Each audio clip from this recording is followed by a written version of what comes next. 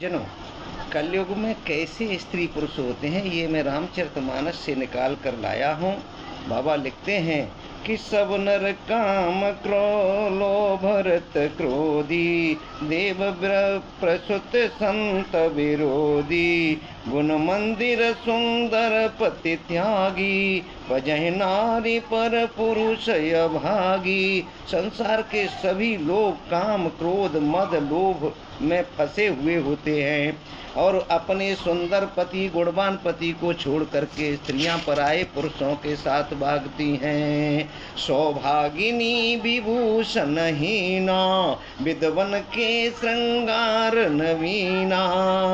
जो सौभागिनी सुहागिन स्त्रियां हैं उनको तो वस्त्राभूषण पैदा नहीं है, अब विधवा स्त्रियां अनेकों श्रृंगार करके घूमेंगी। और गुरु शिष्य बधिर अंध का लेखा, एक न सुनहि एक नहीं देखा। और गुरु बहिरा होगा, शिष्य जो है सुनेगा नहीं। हरहि शिष्य धन शोक न हरहि, सो गुरु घोर नरक में परहि। ऐसे गुरु केवल शिष्य के धन हरण करने के लिए बनेंगे और उन्हें शिष्य की परेशानियों से कोई मतलब नहीं होगा। बधै शूद्र दो जन सन, हम तुम ते कछु घाट, जाने ब्रह्म सो विप्रवर आँख दिखावे डाट। जो न जानने योग्य लोग भी विद्वानों को डांटेंगे और कहेंगे कि जो ब्रह्म को जाने वही ब्राह्मण है। पर त्रियलंपट कपट शवाने, मोह द्रोह ममता लपटाने, ते अब वेद बाधी ज्ञानी नर, देखा मैं चरित्र कलयुग कर। कलयुग में ऐसा चरित्र मैंने देखा है कि ऐसे लोग होते हैं। और साधु संत कैसे होंगे कि नारी मुई घर संपत्ति नासी, मूड मुड़ाई भयउ सन्यासी। घर से स्त्री खत्म हो जाएगी तो मूड मिड़ा करके सन्यासी होकर के दर दर मांगना शुरू कर देंगे। और विप्र निरक्षर लोलुपकामी। गोस्वामी बाबा कहते हैं कि ब्राह्मण कैसे होंगे तो विप्र निरक्षर लोलुपकामी, निराचार सट व्रसली स्वामी। ब्राह्मण निरक्षर होंगे, उनका कोई आचरण नहीं होगा, लोलुप होंगे, कामी होंगे, यहाँ तक वैश्यागामी भी होंगे। ऐसे ब्राह्मण कलयुग में होते हैं। हरे शूद्र कर रहे जप तप व्रत नाना, बैठी बरासन कहीं पुराना।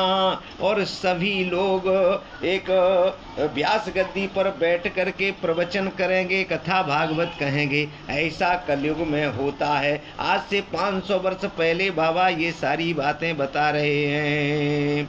सब नर कल्पित कर रही अचारा, जाहिन बरनी अनीति अपारा। अपना अपना धर्म स्वकल्पित करके आचरण करेंगे, ऐसे लोग होंगे। और आगे एक छंद में बहुत सुंदर बात लिखी है बाबा ने।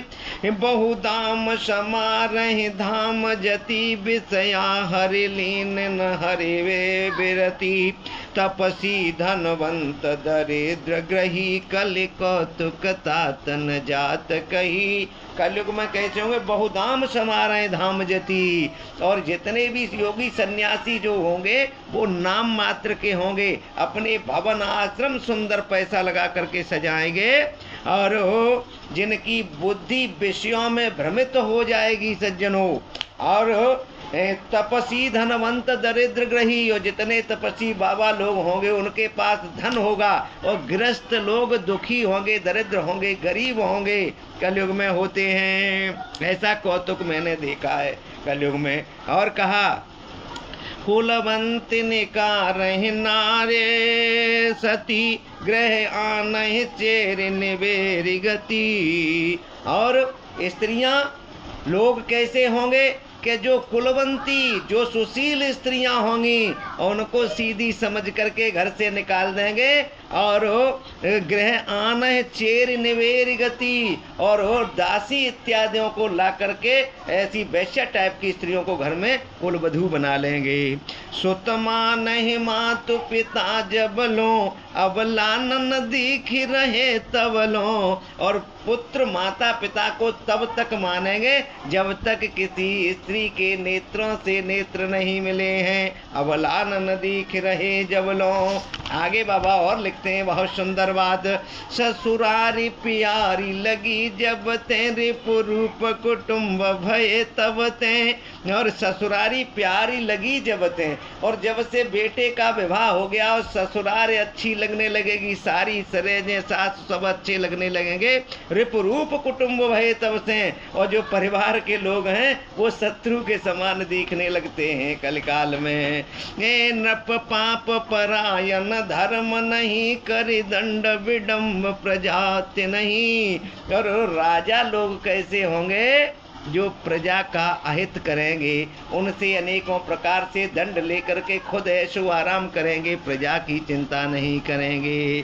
धनवंत कुलीन मलिन यपि, ध्वज चिन्ह जनेऊ उदार यपि। और धनवंत कौन? जो कुलीन, जिनके कोई आचरण नहीं है, ऐसे लोग धनवान ही सब कुछ सम्मान प्राप्त करेंगे। और जनेऊ मात्र चिन्ह रह जाएगा ब्राह्मणों के पास।